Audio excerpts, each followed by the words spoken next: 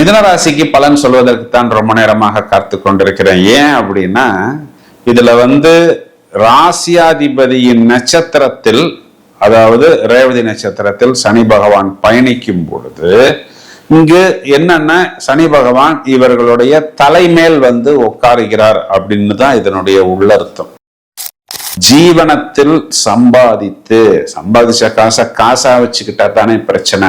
ஒரு இடமாக நாம் முதலீடு செய்வது, ஒரு இடம் வாங்குவது, அது ரெசிடென்சியலோ இல்ல ஆபீஷியலோ, நமக்குன்னு ஒரு சொந்த இடம் வாங்கக்கூடிய அமைப்பு, இதையெல்லாம் சனி பகவான் நமக்கு கிஃப்டாக கொடுப்பதற்கு தயாராக இருக்கிறார். அப்போ இங்க தனுராசி மண்டலம் அப்படிங்கிறது நமக்கு நடுவயரு, பிசினஸ் பார்ட்னர், லைஃப் பார்ட்னரை குறிகாமிக்கிறது.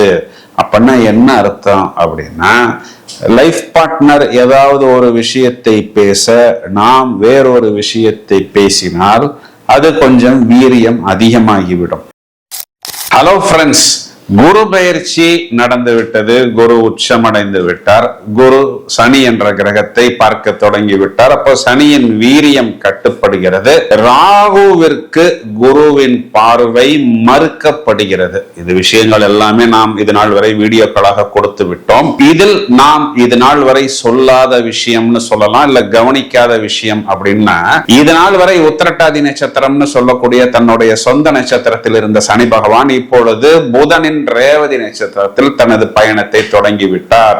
இது மீன ராசியில் புதனின் ஆதிக்கத்தில் அமைய பெற்றுள்ளது. இதன் அதிதேவதை பூஷன், வழிகாட்டுபவர், பயணங்களை காப்பவர் மற்றும் ஆன்மாக்களுக்கு முக்தி பாதையை காட்டுபவர்.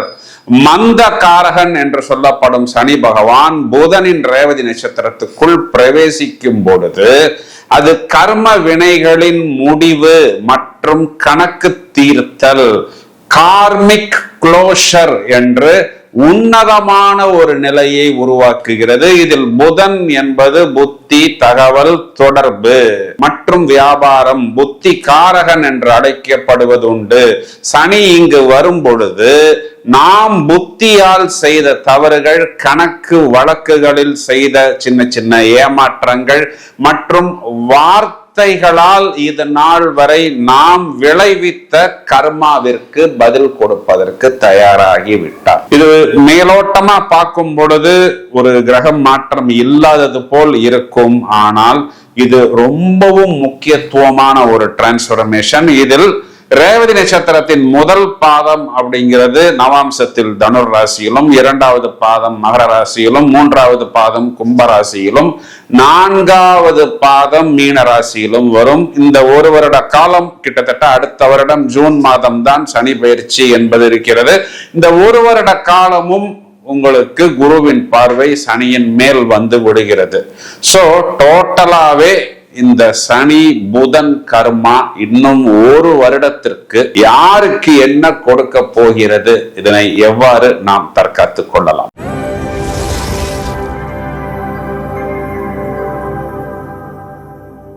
மிதுன ராசிக்கு பலன் சொல்வதற்கு தான் ரொம்ப நேரமாக காத்து கொண்டிருக்கிறேன். ஏன் அப்படின்னா, இதுல ராசியாதிபதியின் நட்சத்திரத்தில், அதாவது ரேவதி நட்சத்திரத்தில் சனி பகவான் பயணிக்கும் பொழுது இங்கு என்னன்னா, சனி பகவான் இவர்களுடைய தலைமேல் உட்காருகிறார் அப்படின்னு தான் இதனுடைய உள்ளர்த்தம். இப்ப இந்த ராசிக்கு சனி பகவான் நட்பு கிரகம் தான். 10ஆம் இடம் அப்படிங்கிறது தொழில் ஸ்தானம், ஜீவனஸ்தானம் தான். 10ல் சனி பகவான் இருந்தாலே சனி கொடுத்தால் எவர் தடுப்பார் அப்படிங்கிறது பூரணமாக பொருந்திவிடும். மேலும் 10ஆம் பாவத்தில் ஒரு அசுப கிரகம் இருந்தாலே அரசனை போன்ற வாழ்வுங்கிறதும் பூரணமாக இந்த இடத்தில் பொருந்தும். அப்போ நிலையான தொழில், ஒரு லாங் டேர்ம், அதாவது இன்னைக்கு நம்ம பிளான் போட்டோம், நாளைக்கு முடிச்சோம், நாளான்னைக்கு நம்ம வீட்டுக்கு போனோம் அப்படிங்கிற மாதிரி இல்லாமல் தொலைநோக்கு பார்வையுடன் இப்பொழுது மிதுன ராசிக்காரர்கள் போடக்கூடிய அந்த அஸ்திவாரம் அப்படிங்கிறது ஒரு தேக்கு மரம் போல் இவர்களுக்கு வெகு நாட்களுக்கு பயன் கொடுக்கும். நிறைய ஸ்கில்டு லேபர்ஸ் வருவார்கள். இப்போ இது நாள் வரைக்கும் இருந்த அந்த ஹார்ட் ஒர்க்கு, அந்த கடின உழைப்புங்கிறது ஒரு 50% குறைந்து இனி ஸ்மார்ட் ஒர்க் வர ஆரம்பித்து விடும். அதாவது 10 நபர்கள் செய்த வேலையை 2 மிஷின்கள் செய்ய தொடங்கிவிடும். அதற்காக நிறைய டெக்னாலஜி படிப்பது, புதிதான அப்டேட்டுகளை பெறுவது, வெளிநாடுகளில் இருந்து நிறைய இன்ஸ்ட்ருமெண்ட்ஸ், எக்யூப்மெண்ட்ஸ், சாஃப்ட்வேர்ஸ், இது சம்பந்தப்பட்ட விஷயங்களை எல்லாம் இறக்குமதி செய்வது. மேலும் ஒரு நபர் இல்லைனாலும் என்னிடம் இருக்கக்கூடிய அந்த வேலை நிற்காது, நான் தூங்கி கொண்டிருந்தாலும் கூட அந்த வேலை அங்கே நடந்து கொண்டிருக்கும் அப்படின்னு எல்லாம் இப்பெல்லாம் சொல்ல ஆரம்பித்து விட்டார்கள். பார்த்தீங்களா? அந்த மாதிரியான இன்கம் இவர்களுக்கு பெருகிவிடும். மேலும் இந்த ஸ்பெகுலேட்டிவ் இன்கம், பினான்சியல் இன்கம், இது சம்பந்தப்பட்ட விஷயங்கள் எல்லாம் இனி வரக்கூடிய காலகட்டங்களில் இவர்களுக்கு கொஞ்சம் கூடுதலான வெற்றிகள் கிடைக்கும். இருந்தாலும் கொஞ்சம் கவனமாகவும் ஜாக்கிரதையாகவும் இந்த விஷயத்தை கையாள வேண்டும். மேலும் இவர்களுக்கு இடம், பூமி சம்பந்தப்பட்ட விஷயத்துல இன்னும் ஒரு வருடத்திற்குள் கண்டிப்பாக ஜீவனத்தில் சம்பாதிச்ச காசா வச்சுக்கிட்டா தானே பிரச்சனை. ஒரு இடமாக நாம் முதலீடு செய்வது, ஒரு இடம் வாங்குவது, அது ரெசிடென்சியலோ இல்ல ஆபீஷியலோ, நமக்குன்னு ஒரு சொந்த இடம் வாங்கக்கூடிய அமைப்பு, இதையெல்லாம் சனி பகவான் நமக்கு கிஃப்டாக கொடுப்பதற்கு தயாராக இருக்கிறார்.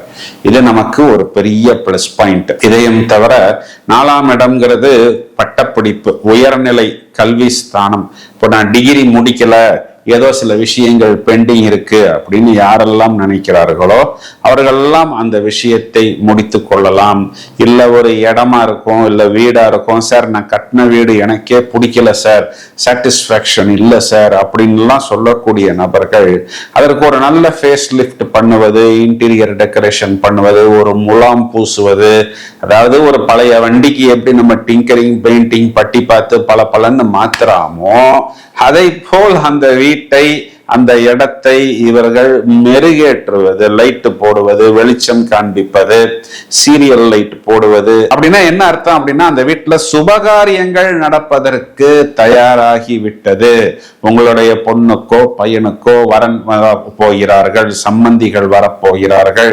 அந்த வீட்டினுடைய எழில் தோற்றத்தை பார்த்தாலே ஒரு ஹைஜீனிக்காக, ஒரு ஹை ஸ்டாண்டர்ட்ஸில் இருக்கக்கூடிய ஒரு அமைப்பை பிரதிபலிக்கக்கூடிய சந்தோஷமான நிகழ்வுகள் உங்களுடைய வீட்டில் தயாராகி விடுங்கள் அப்படின்னு தான் இதனுடைய உள்ளர்த்தம். இதெல்லாம் உங்களுக்கு கண்டிப்பா ஒரு பெரிய பிளஸ் பாயிண்ட். இதுல தேடி பார்த்தோம் அப்படின்னா ராசியாதிபதிங்கிறதே நம்மளுடைய தலையை குறிகாமிக்கிறது. அப்போ நம்ம ராசியாதிபதி நட்சத்திரத்தில் சனி பகவான் வந்து உட்காருது அப்படின்னா நம்மளுடைய தலைமேல் சனி பகவான் உட்காருகிறார். அப்போ அவர் என்ன பண்ணுவார் அப்படின்னு பார்த்தோம்னா சில நேரத்தில் நம்மை மாத்தி யோசிக்க வைப்பார். அப்போ நாமவே குதர்க்கமாக ஒரு விஷயத்தை யோசிக்காமல் இவ்வளவு நாட்கள் எவ்வாறு பயணித்தோமோ அவ்வாறு பயணிப்பது புத்திசாலித்தனம். இதுல குறிப்பா பார்த்தோம்னா நமக்கு 7ஆம் இடத்தை, அதாவது தனுராசி மண்டலத்தை சனி பகவான் 10ஆம் பார்வையாக பார்க்க போகிறார். அப்போ இங்க தனுராசி மண்டலம் அப்படிங்கிறது நமக்கு நடுவயரு, பிசினஸ் பார்ட்னர், லைஃப் பார்ட்னரை குறிகாமிக்கிறது. அப்படின்னா என்ன அர்த்தம் அப்படின்னா லைஃப் பார்ட்னர் ஏதாவது ஒரு விஷயத்தை பேச நாம் வேறொரு விஷயத்தை பேசினால் அது கொஞ்சம் வீரியம் அதிகமாகிவிடும். இந்த ஒரு விஷயத்துக்கு மட்டும் கூடுதல் கவனம் தேவை.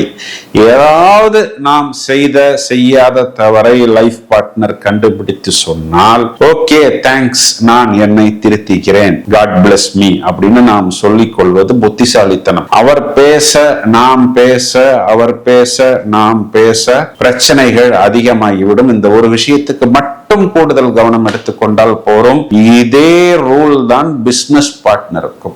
அப்போ வியாபார கூட்டாளி ஏதாவது ஒரு விஷயத்தை பேசினால் உடனடியாக நாம் ரியாக்ஷன் கொடுக்காமல் கொஞ்சம் யோசித்து பதில் சொல்கிறேன், இல்லைன்னா ஆடிட்டிங் டீம்ல போய் நாம கேட்போம். நமக்கு 2ஆம் இடத்தில் குரு இருக்கிறார். அப்போ பினான்சியல் எக்ஸ்பர்ட்டை வைத்து இந்த விஷயத்துக்கு ஒரு சமாதானம், தீர்மானத்துக்கு வருவோம் அப்படிங்கிற மாதிரி நாம் அந்த விஷயத்தை கொஞ்சம் திருப்பி விட்டால் கண்டிப்பாக நமக்கு பிரச்சனைகள் வராது. இது திருமணம் ஆகாத நபர்கள், திருமணத்துக்காக காத்திருக்கக்கூடிய நபர்களாக இருந்தால் சில நேரங்கள்ல என்னாகும், நிச்சயிக்கப்பட்ட திருமணங்கள் ஏதாவது ஒரு பிரச்சனையினால், ஒரு காரணத்தினால் அந்த திருமணம் நடக்காமல் போவதற்கான வாய்ப்புகள் கொஞ்சம் கூடுதலாக உண்டு. இதற்கு மட்டும் நீங்கள் கொஞ்சம் கவனம் எடுத்துக்கொள்ள வேண்டும். அப்ப என்ன பண்ணணும் அப்படின்னா, ஏதாவது ஒரு விஷயம் பேச்சுவார்த்தையா இருக்கு அப்படின்னா அது வெறும் பேச்சுவார்த்தையாக இல்லாமல் அதனை ஒரு 2 பேருக்கு முன்னாடி ஒரு பேப்பர்ல எழுதி வைத்துக் கொள்வது புத்திசாலித்தனம். ஏன்னா நாங்க அன்னைக்கு அப்படிலாம் பேசவே இல்லையே, எதையுமே சொல்லவே இல்லையே அப்படின்னு முழுதாக ஒரு அல்வாவை நமக்கு கொடுத்து விடுவார்கள். இதற்கு மட்டும் கொஞ்சம் கூடுதல் கவனம் எடுத்துக்கொண்டால் போறோம்.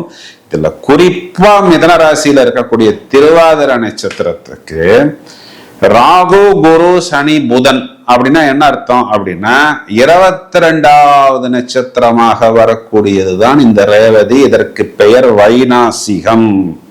அப்போ திருவாதிரை நட்சத்திரம் மட்டும் தனிப்பட்ட முறையில் கண்டிப்பாக வைநாசிக பரிகாரம் செய்து கொள்ள வேண்டும். ஏன்னா அவர்களுடைய உடல், பொருள், ஹெல்த், வெல்த் சம்பந்தப்பட்ட விஷயங்களுக்கு பாதுகாப்பு கூடுதலாக எடுத்துக்கொள்ள வேண்டும்.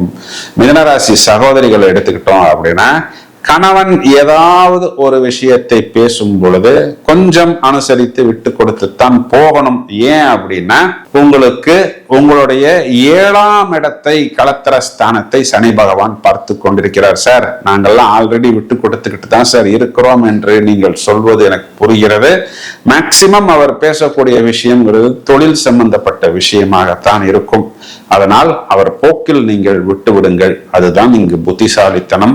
வயதில் மூத்த நபர்கள் கால் பாதங்களை பத்திரமாக இந்த நீ பெயின், ஆர்த்தோ பெயின் போன்ற விஷயங்கள் வராமல் இருப்பதற்கு இவர்கள் தேவையான இயற்கை வைத்தியம், health, walking, fitness, meditation, yoga, தியானம் போன்ற விஷயங்களை கையாண்டால் அதுவே போதுமானது.